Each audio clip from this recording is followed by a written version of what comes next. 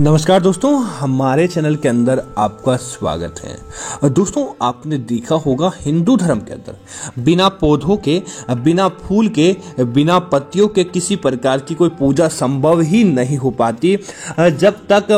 किसी प्रकार के पौधे की जड़ हो, किसी प्रकार के पौधे की पत्तियां हो, किसी प्रकार के पौधे का फूल हो या किसी प्रकार के पौधे का फल हो। प्रत्येक देवताओं की पूजा पाठ के अंदर अलग अलग पौधे के बारे में बताया गया है, क्या अलग अलग पौधों का फल फ्रूट के बारे में बताया गया है। जब तक वह चीजें उनकी पूजा के अंदर इस्तेमाल होती है तभी आपको पुण्य की प्राप्ति होती है और आपको धन लाभ प्राप्त होता है। तो दोस्तों, आज हम आपको बताने वाले हैं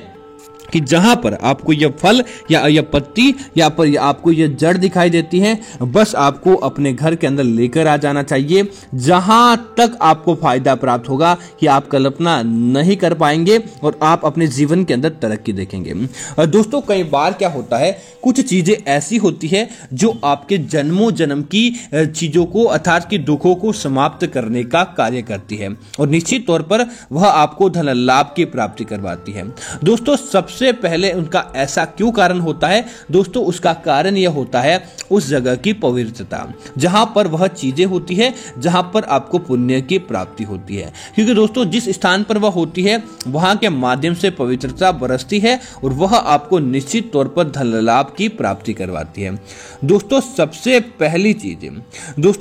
पहली चीज है मंदिर के अंदर लगे गए पीपल का फल।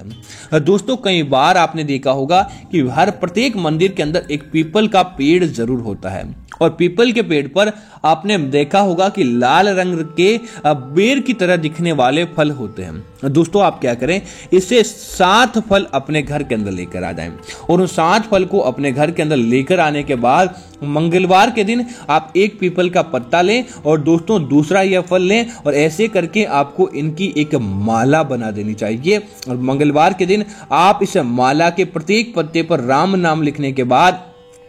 हनुमान जी से जो भी आपकी मनोकामना है यह मांगने के बाद आप हनुमान जी के मंदिर के अंदर या हनुमान जी को इसे चढ़ा दें। और दोस्तों, आप देखेंगे दिन दूनी रात चौगुनी गति से आपके घर के अंदर धन के मामलों के अंदर बरकत देखने को मिलती है। धन निश्चित तौर पर बढ़ जाता है और आपको कभी भी किसी चीज की कमी नहीं रहती है।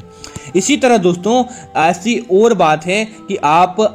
बरगद के पेड़ के पास जाते हैं और बरगद पेड़ की छत्र छाया के अंदर अर्थात कि बरगद की छाया के अंदर कोई प्रकार का कैसा भी पौधा क्यों न हो, चाहे कंटीला पौधा हो या कोई खुशबूदार पौधा हो या तो तुलसी का पौधा हो, विशेष तौर से तो तुलसी का महत्व रहता है। अगर आप धन के मामलों के अंदर बहुत ज्यादा दुखों का सामना कर रहे हैं, धन आपकी कुंडली के अंदर नहीं है, और दोस्तों आप क्या करें कि आपको बरगद के पेड़ के नीचे तुलसी का कोई पौधा मिल जाता है तो उसे आप अपने घर के अंदर लेकर आएं और अपने घर के अंदर लाने के बाद स्थापित कर दें। और दोस्तों, आप देखेंगे दिन दूनी रात चौगुनी गति से आपको धन लाभ की प्राप्ति होती है और आपको कभी भी पीछे मुड़कर देखने की आवश्यकता नहीं रहती है। इसी तरह दोस्तों, आप जानते हैं जहां पर भगवान विष्णु का निवास होता है वहां पर माता पार्वती अपने आप ही रहने लगती है। एक दोस्तों बहुत ही दुर्लभ विधि है, इस माध्यम से आप अपने घर के अंदर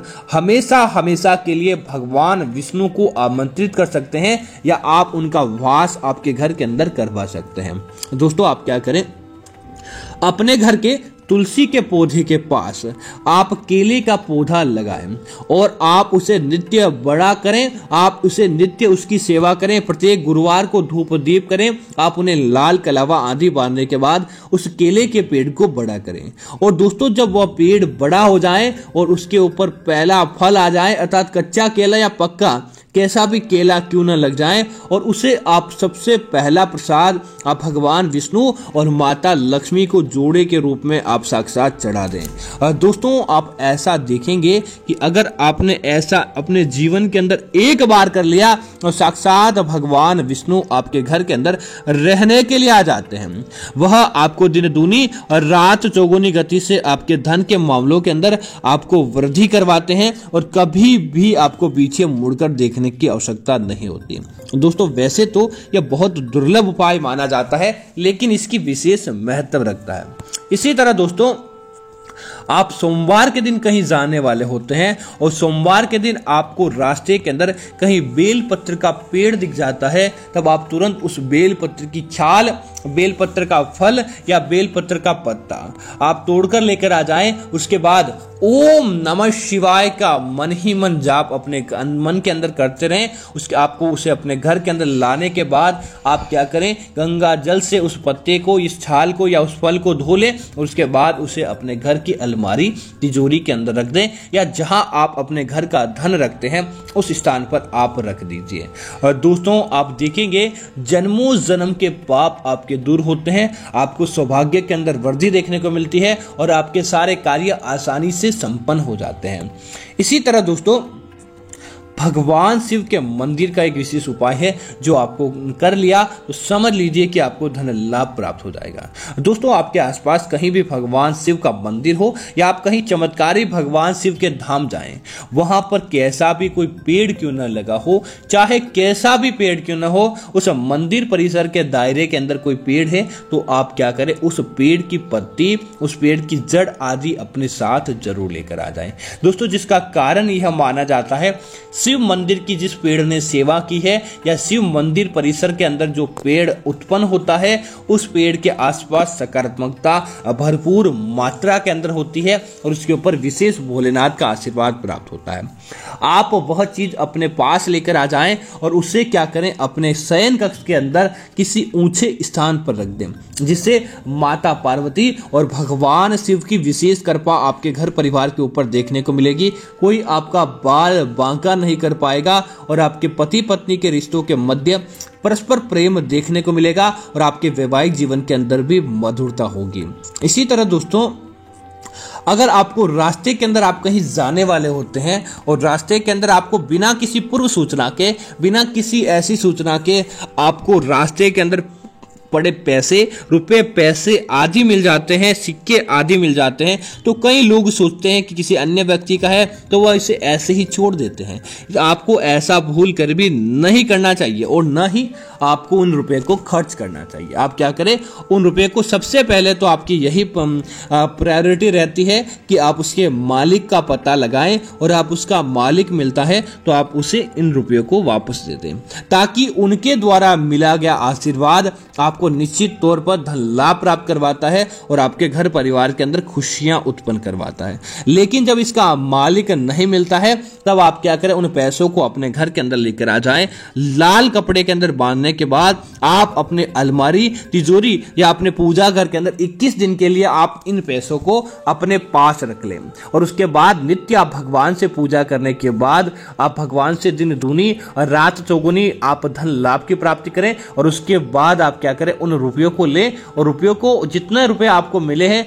उसका 1 गुना और रुपए आप इसके अंदर डाल दें। उसके बाद अपने आसपास कहीं छोटे बच्चों को, किसी गरीब व्यक्ति को या आपके आसपास कहीं गौशाला के अंदर आप जाएं, गायों को इन रुपयों से हरी घास खिलाएं, छोटे बच्चों को कुछ भोजन सामग्री या उनके पढ़ने की सामग्री लेकर आकर उन्हें दान करें और गरीब व्यक्तियों की इस पैसे से सहायता करें। दोस्तों आपने जितना दिया है उसका 1000 गुना लौटकर आपके पास आता है और आपके पूरे घर परिवार के अंदर एक तरह से देखा जाए तो सात्विक माहौल बन जाता है। साक्षात भगवान विष्णु जी का आशीर्वाद आपके घर परिवार के अंदर और आपके जीवन के अंदर देखने को मिल जाता है।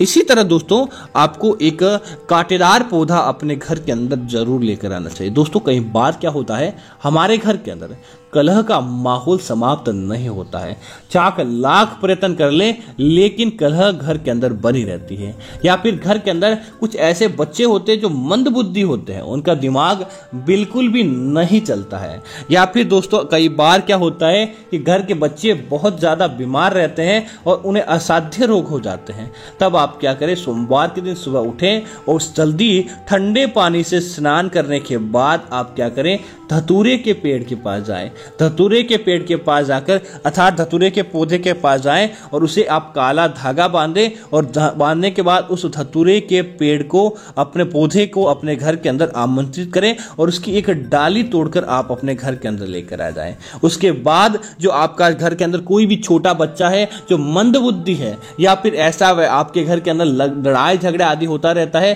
तो आप उसके ऊपर से 7 बार ओसार ले। ओसारते समय ओम रुद्र अवतारम मम कार्यम पूर्तिम कुरुम स्वाहा, इस मंत्र का आपको मन ही मन दोस्तों जाप करना चाहिए। उसके बाद आप उस धतूरे की जड़ को जला दें। दोस्तों आप देखेंगे आपके कार्य आसानी से संपन्न हो जाते हैं, आपको आपके कार्यों के अंदर विजय की प्राप्ति होती है और आपको कभी भी पीछे मुड़कर देखना नहीं पड़ता। तो उम्मीद करता हूं कि यह जानकारी आपको अच्छी लगी होगी। इस प्रकार की अन्य जानकारी देखने के लिए आप हमारे चैनल को सब्सक्राइब करें और साथ ही साथ वीडियो को लाइक और शेयर करना न भूलें ताकि ऐसी जानकारियां आपको मिलती रहेगी। धन्यवाद मित्रों। जय श्री राम मित्रों।